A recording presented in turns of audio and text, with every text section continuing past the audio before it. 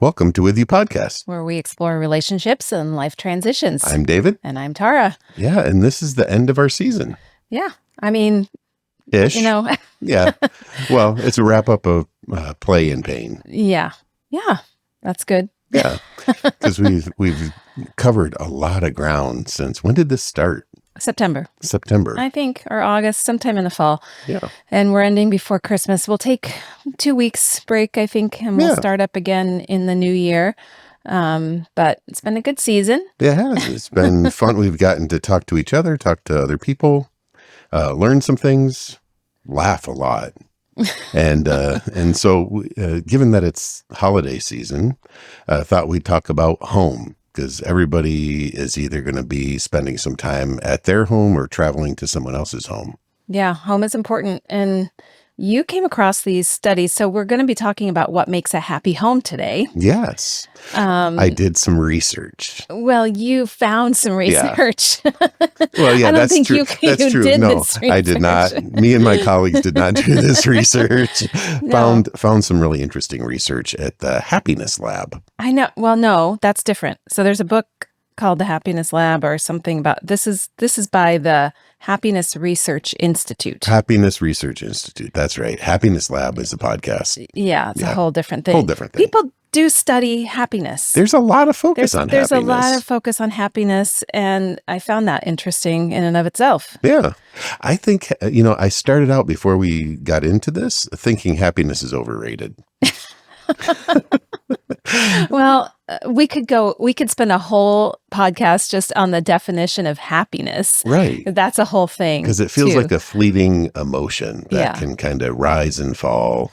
Circumstantial. Rather than a kind of a steady state. Yeah. And I think this is thinking about happiness more as a steady state than a rising fall of emotion. It's not clear. I think you're right. Yeah, they don't define it in these reports. Yeah. We'll be kind of going through the results of these reports on a happy home. And when I first heard this or saw the title, I would think like what makes a happy home is talking about what's inside the home, like happy household, like, family life and all that stuff. But this is actually structurally your house, your home. What are good conditions? The place you dwell in. Right. Yeah. Right. Which is really an interesting idea. Yeah. Because I don't know if you had this saying, we had this saying, if mama's not happy, nobody's happy in our house. Yeah. I mean, the condition of the people within it certainly have an effect on our happiness. But that's not what we're talking about. No, but I mean, people are focused on happiness. When I do a lot of work with families when they're waiting for a baby, and what most people say is, I don't care as much what they do with their lives, just as long as they're happy. Everybody focuses on that. That's the ultimate goal, is that we be happy. And I think when we say that, we just mean generally functioning well and content with life. Yeah, basically, right? Yep. And I think about that, bringing baby home from the hospital. We spent a lot of time like baby proofing our house, of thinking about the structural, how things work, and having to adjust the environment for the survival, if not flourishing, of our child. And that's kind of what we're thinking about, just not about that newborn stage, because I think then we forget about it. Although we do still have some baby. I've just had to revisit that now that we have a grandchild. I've been looking around going, it's time to start over with baby proofing. When she gets mobile, we gotta think about this. But that goes into the safety part, which is one of the points. But just to say what this is, because you found this and thought this would be fun to talk about. Yeah. It is called the GoodHome Report. Yep. There's actually 2 studies we're looking at.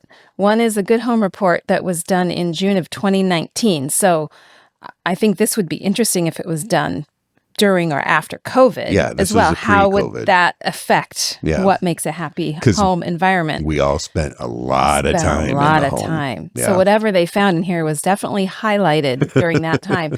And then the second one is called Happy Home Learnings from Row House Typology. This was done in 2022. Yep, post-COVID. And specifically on structural design and how that relates to our thriving in our home. So we're going to kind of go through these report findings, and I think some of them are not what you'd think. Yeah. And the fascinating thing is none of this was done in the U.S. Yeah. This is in Northern Europe Yeah. and throughout Europe. So that's also different. Having spent Yeah. time here in the US and in Europe, the concept of house, home, the size of it, all of that we're going to get into, I think, as we apply it to us, I because it's a know. very different I would research. like to see the same study done in the US and in Hey, different regions in the US. do you want to do it? That's the last thing we have time Yeah, for. yeah, we probably should. I bet we know somebody who could do it. Yeah, we'll talk to some people. Yeah, so this was conducted across 10 different countries in Europe, the Yeah. first one, and almost 14,000 respondents. Which is remarkable. I That's a mean, big that's a study. robust, yeah. So it gives us a lot of data to say some significant things about. And so, kind of the idea that we have, they talked about this, that they found in their data that happiness with the home is closely linked to many other emotions and aspects of life. And I thought that was fascinating. And the things that they talked about were feeling at ease and thinking Yeah. about feeling safe, feeling connected with others, and feeling a sense of control, or being in control of our environment. So those are the things that they kind of tried to operationalize as happiness. It's kind of comorbid with happiness. Yeah. Yeah. So I don't know where we should start with this because there's a lot to talk about. But they did talk about the things that they found. They found 5 things Yeah. that they said unite with the data, what unites us across countries and cultures. And I Mhm. guess specifically European Europe, yep, countries, the EU. because it wasn't done in Asia or Africa or the Yeah. United States. But the things that they found that united what different countries and cultures defined as a happy home were these 4 core emotions, because they're talking about our emotional health and happiness Mhm. as related to our home. So, and they were surprised to find that the number one thing that people said made them happy with their home was pride in their Yeah, home. So that's pride was 44%. So really outweighed everything else. And pride meaning like I'm proud of this place that I've built, or I'm proud because it shows off who I am. mhm. I'm proud what I had to do to be able to afford this, like that kind of sense of ownership.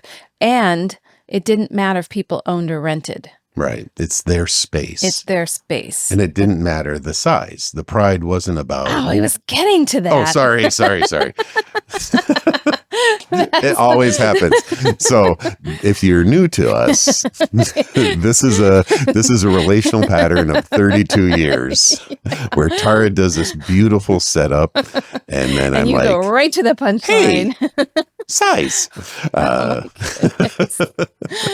But Yeah. I think that pride also has a relation. So I think about these things, and I think relationally more than the internal life. It's the space between us, and pride also has a relational sense. It's usually shared. There's a sense of invitation. Like if I'm proud of my house, Yeah. I'm very comfortable having people over. If I'm ashamed, kind of the flip side of pride is shame. If I'm shame, I don't think my house meets up, or I'm not going to have people over. So there's a connection to relational community in how we sense that. Yeah. That wasn't part of the study, No. but that's No. how kind of But that's I read that. okay. Yeah. Yeah. What was number 2? So number 1 was Pride, pride. comfort was next, which Comfort. that's not surprising. Yeah. If we're comfortable in our home, that makes us happy. Makes it a place of refuge, a place where we can recharge before we go out. Is this where we talk about size? Let's just go through these 5 things. Okay. Well, because comfort is what's the Danish word for that? Like hygge? Let's not try to pronounce a Danish word. But there's a sense of coziness.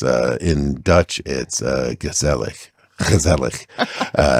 And it's this kind of cozy. We don't have a word in English for it. I think the closest. Cozy? Yeah. It's not the thing though. It's like, Yeah, it's a feeling. Yeah. yeah. Yeah. But comfort also tends to, feeling like you can be yourself, you can relax at the end of a day of work. Mm, So comfort was number 2 at 25%. Identity was number 3. yeah. of the 5 things that kind of unified this data. And identity, meaning your home accurately kind of reflects who you are, or it's personal. It's, it's a place that, that I guess reflects your identity and who you are and how you want to be in the community. Yeah. Well, I mean, if you look on our walls, right, in our house, the identity, we have places we travel, we have things that are about family relationship, that are the artwork and the pieces that we have, or artwork of our daughters. And so, like, when people are in our living room, they experience us. You love to give them the whole tour and the show and point out the places we've been. And I'm proud. and it's identity. It's letting them know who we are a bit. And the hard part of that is, though, I think, like, our tendency, our kids would know people were coming over because we would mad dash clean. And we want to present the best we can. Interestingly, cleanliness didn't come up even at all. No, not at all. On this list. Which I think is fascinating, because I think we sometimes, but I think it's connected to identity, right? We worry about what will people think. And so we have to prepare the house rather than what I like saying is it's okay for it to be lived in. Having people over, but that's an identity issue, I think. Yeah. So you might fit on the cleanliness side, or you might fit on the lived in side. Tara and I have to navigate that all the time. Somewhere in between is good, I think. Number 4. Number 4 is safety. Okay. So the sense that you really can let down your guard. You don't feel any threats from the outside. Yeah. Safety emotionally and physically, I think, is what they attended to with that question. And this will look different culturally too, because, like, our friends from other cultures were like, why do you have your windows open? People can see inside your house. And there was a sense of safety that we didn't have, that feeling of lack of safety. Or I was amazed in Nagar. Every home had kind of fence and gates around the property.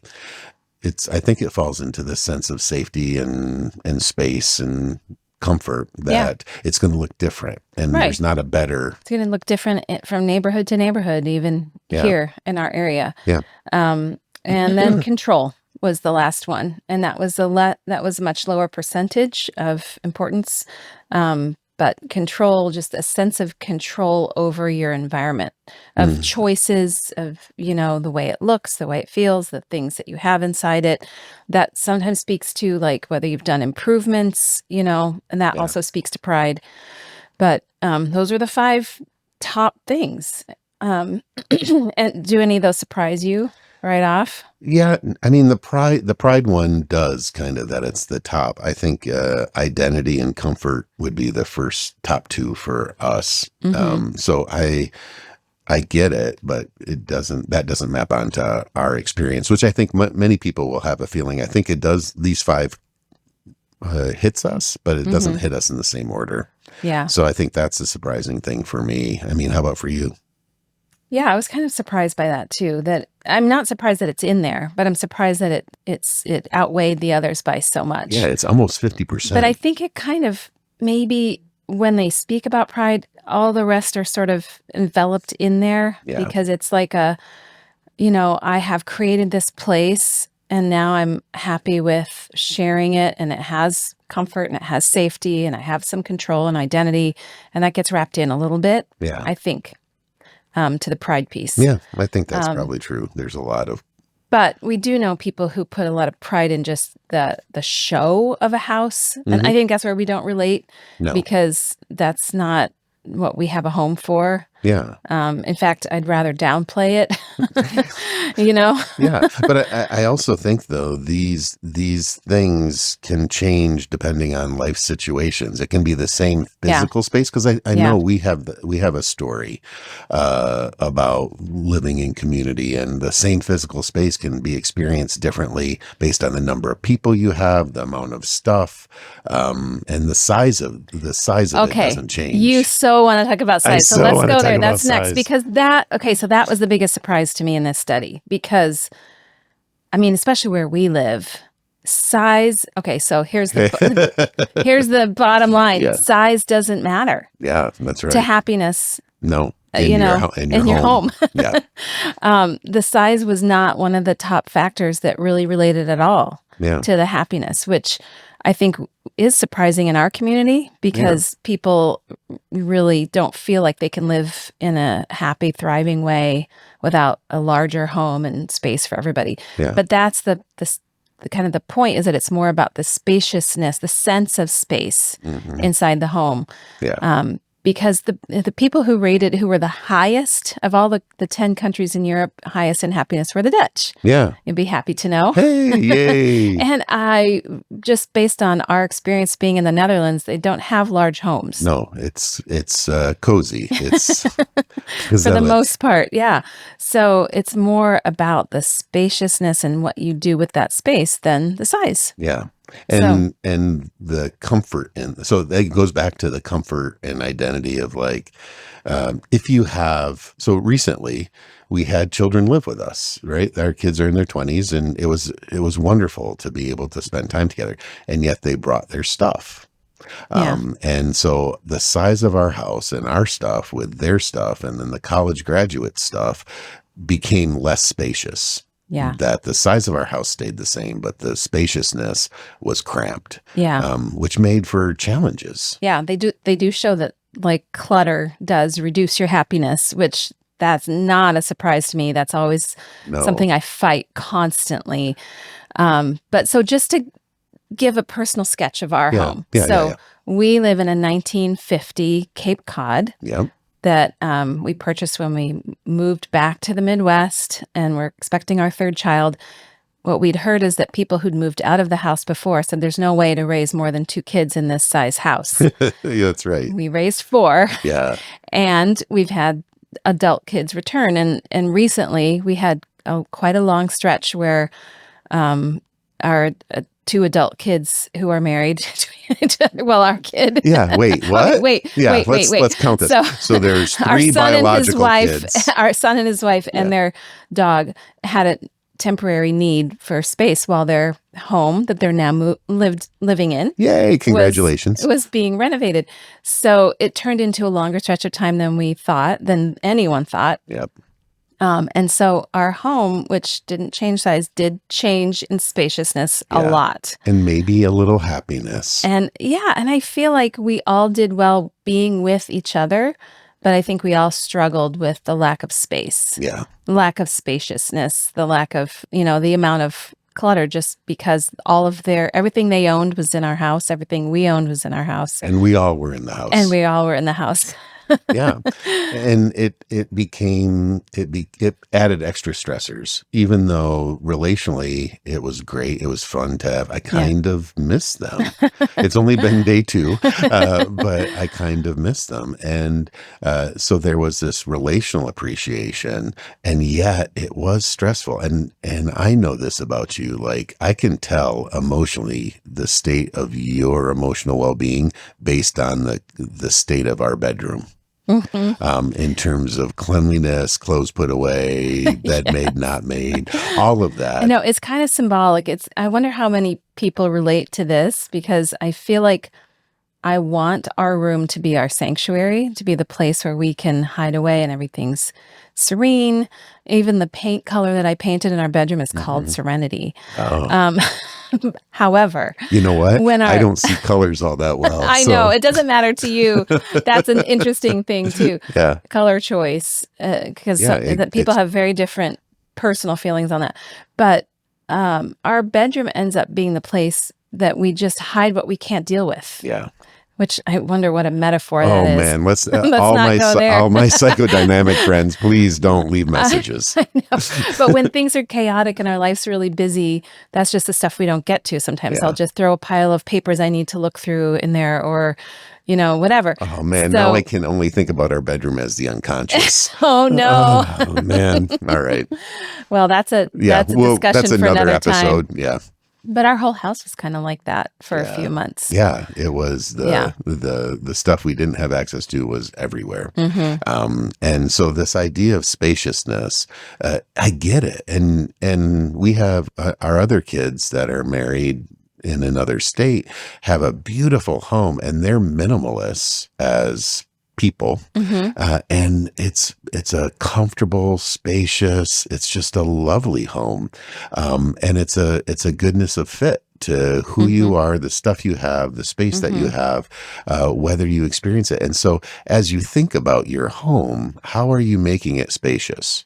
How are you thinking about spaciousness and space to be and breathe in the place, whether it's an apartment or a condo or a home, or a trailer? How is that? Because there's these, I saw on TV the other day, there's a show about tiny houses, Hmm.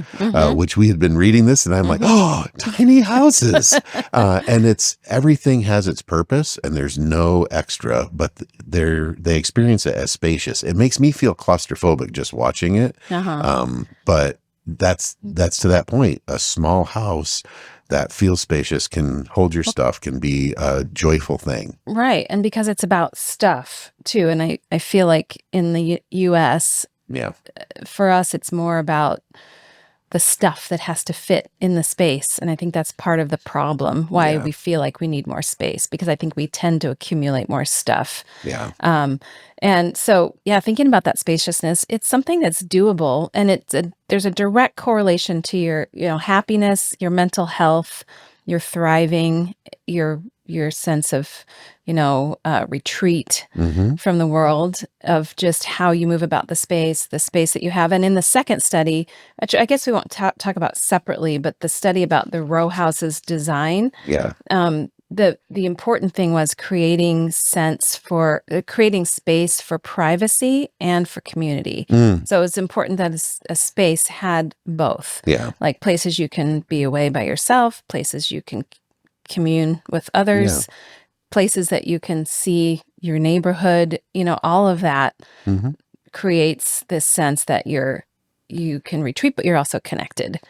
I know we both grew up in families where that bound, and I think about that as healthy boundaries, permeable boundaries of both your folks and my folks. Our parents' bedrooms was kind of the sanctuary, just like Hmm. you were talking about ours. That was more of a private space of, yeah, us kids could go and kind of knock on the door, but it wasn't a free range like the rest of the house. So there was Yeah. kind of a community. We had that modeled for us. Not everybody does. And so this idea of communal private might be a unique thing. Hmm. I've done work in different parts of the country, and sometimes I did home visits for therapy.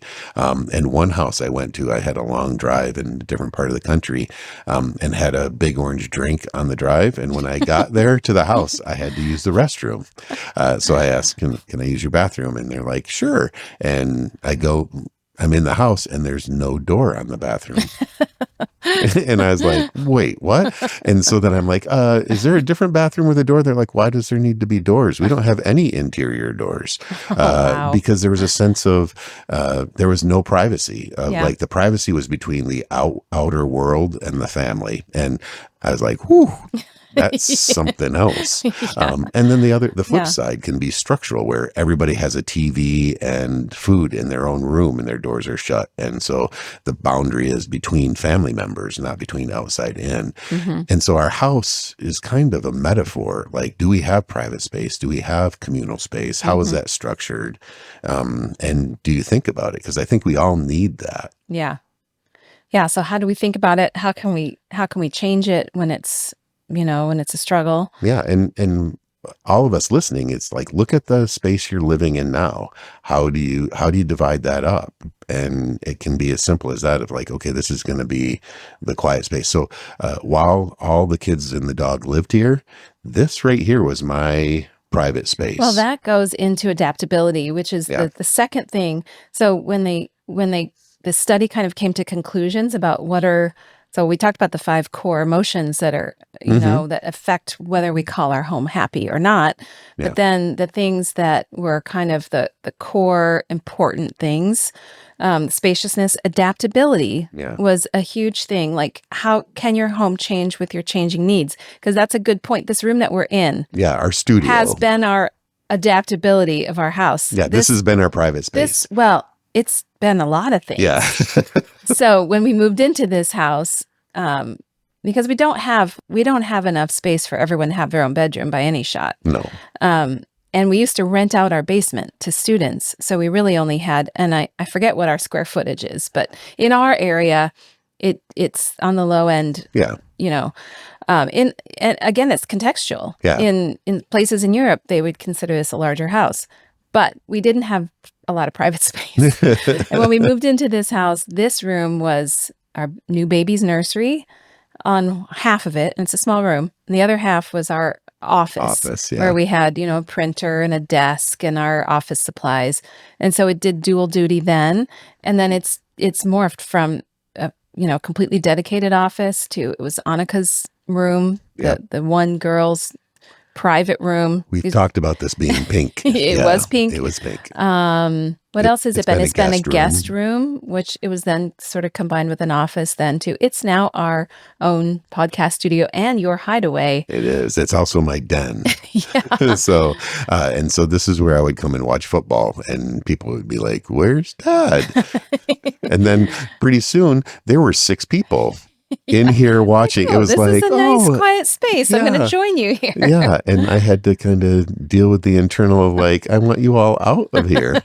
And yet it was. Which doesn't happen often for you. No.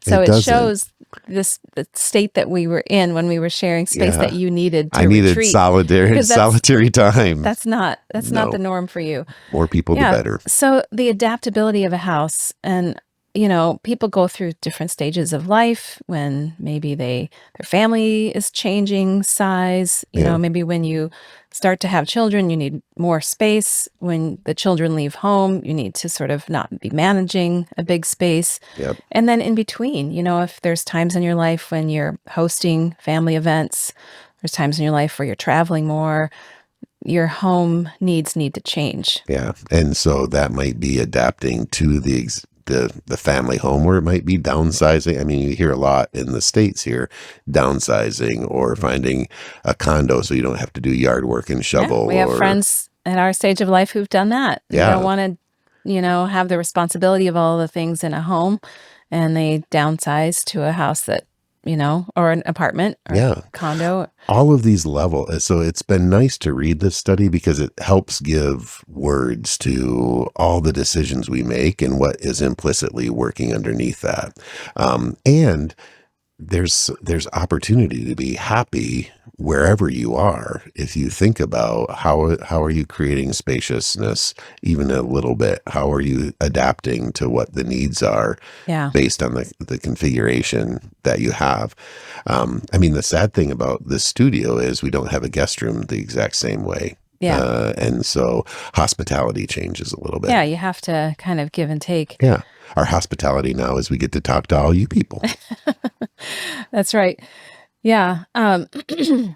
Yeah. So for the adaptability too, just to wrap that part up, I feel like for you, sometimes it's even just about what you do with the furniture. Yeah. You love to rearrange furniture. So good. And it just gives you a refresh. And also, that's what I was trying to think of something I wanted to say too, is that I don't think that we're saying, or the study is saying, that our homes create happiness. No.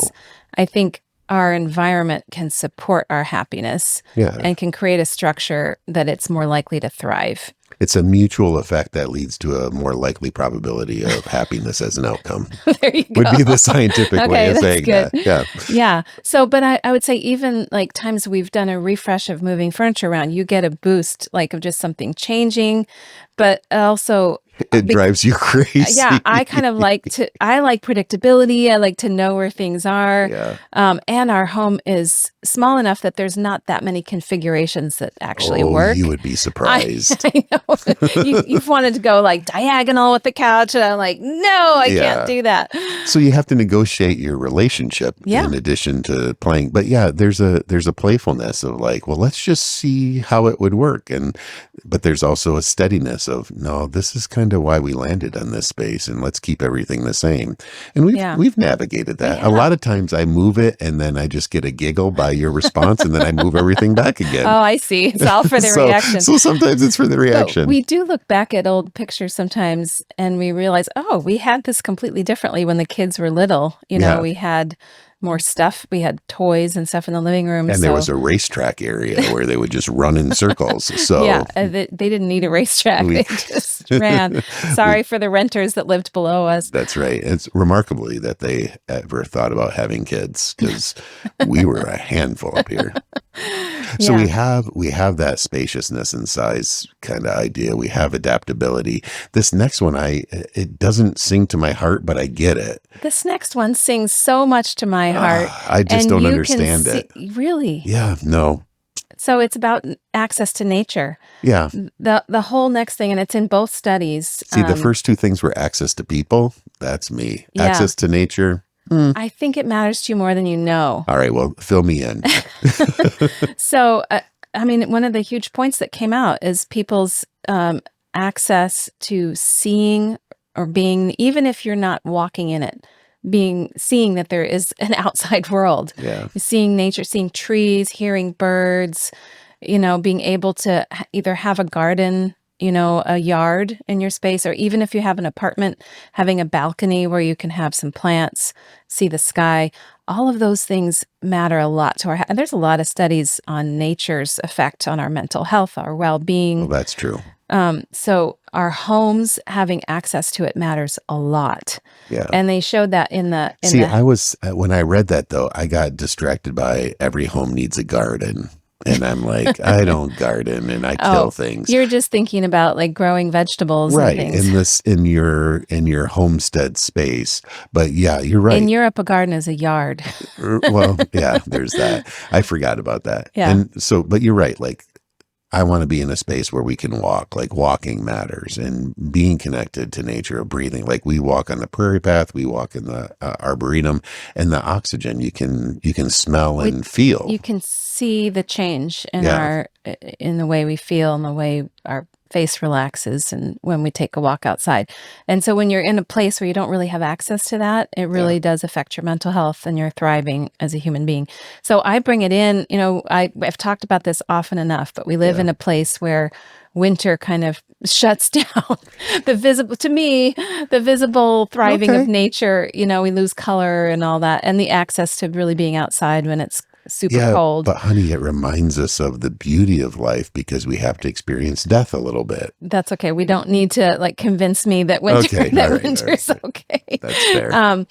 But in our home, I always have a lot of plants. It matters a lot to me, especially during the winter, to see green. Yeah. This poor one that we have in our studio, that we don't get a lot of light in here. It's not looking super healthy, but in our house, I have often got fresh flowers on the table. I've got plants growing, and neither of us is what we'd call a green thumb or really great with helping keeping plants. things alive. But I think I've gotten better because it really does matter to me. Yeah. But it's not just bringing plants indoors. It's also being able to walk outside into a park, having a yard. All of that really is a big factor. Which gives a different definition of home, right? Home is a base for access to things, not just the space that you live in. Yeah. That was the takeaway. And thinking about this being in Northern and throughout Europe, that's very much the space. Home is a launching pad. There's not always a lot of people invited into the home, but you go out and it's the spaces you go out to gather in terms of a park or a square. Yeah, and Europe is built with more community spaces. Yeah. And I think because this study was done in 2019 too, right before COVID, I think one thing that was kind of a good outcome of COVID was that we had to build more outdoor spaces. And so people in the US who are used to very much just kind of isolating in our homes suddenly sort of appreciated meeting outdoors and having meals outdoors and building outdoor spaces. So that really contributes to our sense of well-being. Yeah. And then so we have spaciousness.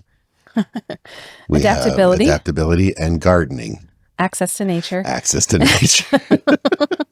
And so then the last one from this study was interesting, and I like this the best. It's how do we share? How do we invite people in? Yeah, so they showed that, not everybody across cultures and not everybody's personality is kind of given to wanting to have people in and hosting and having meals in, but Yeah. they've showed that there is, when you feel open to sharing your space with others and when you invite people in, it does Yeah. positively impact your happiness Yeah. and your happiness just with your home. Mm. Like when you share it with others, it increases the good vibes. Well, and I think it's sharing, right? It's not like a possession, but it's a space to share. It's back to what we've been talking about. It's a metaphor for our relationship. So that our hidden space being chaotic is kind of how our internal life is. The same thing of sharing it. There's an openness, a curiosity, involvement, and it can be stressful to invite people over, and Hmm. yet most of the time we really enjoy that. Yeah, I mean, I think we've been doing that since we've owned our home, but I think it is a reflection of your life in general. Like I think your home needs to be a place that you can just retreat and Yeah, and recharge, but also to feel free to have people inside. yeah. Yeah, So maybe we should go to some takeaways from the study, because the study gave us some takeaways about what would be recommendations for doing this. Because I think both this Good Home study report and the Happy Home, I think we covered most of the research. And if you want, we'll have links for that in the show we will. notes, so you can read the research on your own. It is a fun read. It's really accessible. Yeah, and they're pretty much, the findings are very similar, which isn't surprising, but I think the Happy Home one is talking a lot more about intentional design Hmm. and not just the home itself, but the community, because it's talking about row houses. So how close you are to people, how you have community space, how much you hear other people, Yeah, and designing a space that creates a community and identity and like a safe space. So, I mean, the things that we can do, the takeaways are really, we've kind of been already talking building about them with in. those things, but we can always rearrange the space that we do have. I mean, I Hmm. think a lot of people live in anticipation of, oh, maybe I can afford a bigger house or when I move. And sometimes that's necessary, Yeah. but there's also a lot we can do with whatever space we already have. Yeah, and I think that's the tension, right? Because we fantasized about, oh, if we had more space, we could do different types of hospitality and all of that. And what hospitality can we do in the space that we have? Yeah. So living in both those tensions, and you've done an amazing job at. We're going to have a dozen students over coming up tomorrow. Tomorrow. Yeah, Yeah. so we'll be cleaning after this. Well, and it's really about the space because we don't have a big dining room or a big living room. And so it can feel intimidating. We look around and go, okay, there's only this many chairs. But what we found, we've had large groups in, Yeah, and they the don't larger the care. group, the more cramped they are, the more happy they seem to be with the get together. Yeah, Like they all just sit on the floor, they sit wherever, they and don't care. They're having a great time. It's so their remarkable. memory isn't whether the baseboards were dusted or whether there was a comfy chair for everyone. The memory is that it felt good being together. Yeah, and especially for college students, right? Of being in a home versus being in a dorm, and Hmm. being with older adults, and being cared for. All of that matters more. The home is the space, the structure to be able to do that, and Hmm. yeah, it would be more comfortable Yeah. if there was more space, but we don't have that. And so we make do, and you do an amazing job. But that's the thing that we want to encourage people is, don't turn away from sharing and inviting and being in, getting caught in a sense of ours isn't the same as, and then fill in the blank, but Right. how do you make do? So we want to challenge you to, how do you make do with what you have that's going to be fulfilling for you and others? Yeah. I would say yes. Around here, especially, I Yeah. think comparison is the thief of joy. Somebody said that. I Oh, forget that's who great. to Let's just say attribute. Tara No, said that. I didn't come up with that, but it's this, the Yeah. same idea. That when we compare what we have to others, it can really freeze us or make us feel like ours isn't good enough to share. Mhm. And also waiting for perfection. And I'm guilty of this Yeah. because Sometimes I feel reluctant to have people over until I have everything perfectly in order.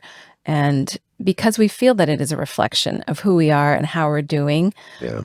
But, when we let go of that, Yeah. it really is fun to have people in, and they don't care as much as you think they do, or judge you Yeah. on what you think is clutter or, not updated. My kitchen has not been updated. We moved Since in 1950. right. I Yeah. think it's the original kitchen, and we do a lot of cooking in the kitchen. Mhm. It's not a neglected room in the house, but we've just not prioritized updating that, Nope. because when we have money to spend, we travel or, Yeah. you know, We prioritize other things, and we can still use it for we hospitality. still use it Yeah. a We lot. feed an army. Yes. So, However, it does, one of the recommendations from the study, they did say that updating and improving does increase your oh, I was happiness. hoping you didn't see that part. Yeah. Yeah, and I understand that because it's part of the pride thing. It's like, "Oh, I did that. Yeah. It looked this way." And our kids who just moved into a house, Both of them, both nearby kids. us, yes, both of our kids have felt good when they make it their own and they fix something up, and we can see that. Yeah. It does feel like, a little sense of accomplishment and putting your own stamp on a Mhm. place. And having a sense of comfort there. Yeah, I'm excited. Our kids were talking about inviting people over for small group to their home, and now they get to be that space where they didn't have it for a long time. So it's really that makes me happy too, Mhm. that they're going to be able to use their home for happiness Yeah. and connection. So the recommendations, we've talked about this, but create a space for privacy. So we've been talking about hospitality, but there's also a need for a respite, a little space. It doesn't mean like your home is your castle, that kind of thing, that you have to protect it from outside invaders. But where's a space for you just to be comfortable being you, without Mhm. any of that pressure of I have to clean or it needs to be looking some certain For way? me, internal doors are helpful. Yes. Our home does have bathroom doors. But yeah, so what does that look like and where do you create it? And it might be at different times. Like we said, this was my privacy space for a little season. Mhm. And now it's not. And Yeah. we have other space. But where is that for you? And Mhm. that's something that's going to be So important. create that space. Yeah. Include greenery. Greenery, Okay. matters. Yeah. Okay. I'll accept that. And then personalizing and putting your stamp on it. So whether that's just, the artwork that you have around you, the furniture you choose, things that you feel reflect you. And in the structural study, they talked about the local identity as well as your identity in your home, Yeah. your identity, your sense of belonging to your community. So getting to know your neighbors is Yeah. actually, and getting to know the history of your place, knowing how to walk to places if you can. Not every place is like that, but walking your neighborhood. Yeah. Um, Well, and even like moving in, or I mean, at various holiday times across the year, you can do things in terms of social connection. You bake really well. And so it's cookies and a little note, or it's an invitation to play and to relate. mhm. And so we can feel like, oh, I don't know my neighbors. Okay. So then my question is, what are we doing to get to know our neighbors? Right. Uh, If we're waiting for them to come meet us, it's not yeah. going to And happen. they're waiting for us to come meet them. Everybody's Right. waiting and nobody's relating. Ooh, that's a good quote.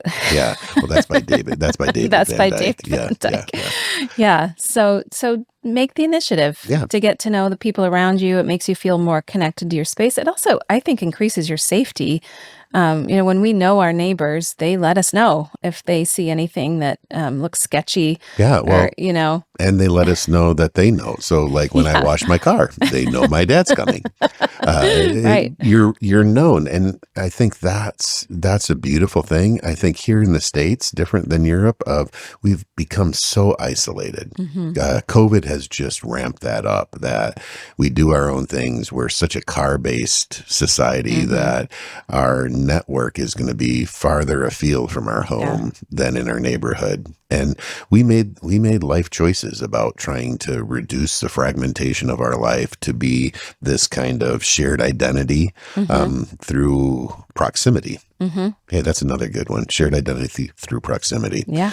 That we wanted our school, our church, our social life to try to be in a parameter around our home that leads to being known rather than, oh, my church is 30 miles that way, my school is 30 miles that way, Right. and my work is another way. And so there's just fragmentation, because I don't think that leads to happiness. Yeah. It does lead to safety. Right. None of my people are going to know the other people. And so I can kind of be different things in different places. That's a different kind of safety. Right. But when everybody knows everything, that can be overwhelming, and yet it can be comfort. Yeah. So I interrupted you. Sorry. No. Different type of safety. Different. Yeah. I was just thinking about that. I was surprised that you called that safety. Yeah. Having different places to live, but we did try to defragment. Is that a word? Defragmentize? Defrag. I mean, you talk about defragging a computer. So let's just say we at defrag. a time, we found that our life was very, we had different directions. We were going for different things, and quite a distance we had to travel for different things. And that was overwhelming. Yeah. Because then you feel reluctant to, oh, do we have to go to that tonight because we have to drive 30 minutes? And, we had different circles of social connection, but they didn't overlap. Yeah. And it really it made our life more difficult. And so we made very intentional choices to try to look within a certain distance radius sort of around our house for the things we would connect to. And our church is walkable to us. Work is walkable. Your work, our kids' schools, the places I rented an office, the places I shop, all of that we're trying to keep much closer to home. We're trying to walk when we go out for dinner, not drive. And it's not possible everywhere, but it became an important part of us feeling less disconnected. Yeah. And now, for full disclosure, we also like driving to very small towns away from where everybody knows us to go for dinner dates. Because that's the privacy, right? Yeah. So like when our community is all here, then we have to have certain spaces, just like your house needs certain spaces for privacy. We look for unique places to eat where it can just be us and not have to talk to people.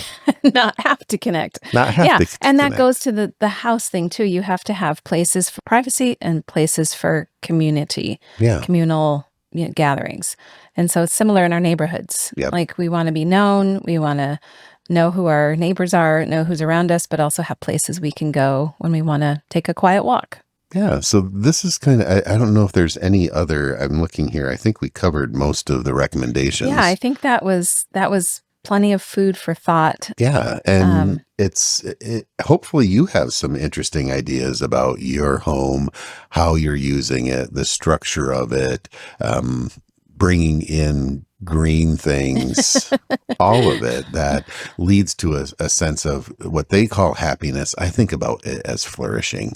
There's a sense of comfort, safety, identity there. That's the human flourishing, that the structural space. So the last thing, being a systems thinker, there's what's going on for me in my emotions, my thoughts, but also my body and relationship to others, but also to the larger structures, whether it's an organization or a physical house. And so I think this is congruent with our ideas of how relationships and our relationship with our house has an effect on the environment, our relationships with each other, and our own emotional well-being.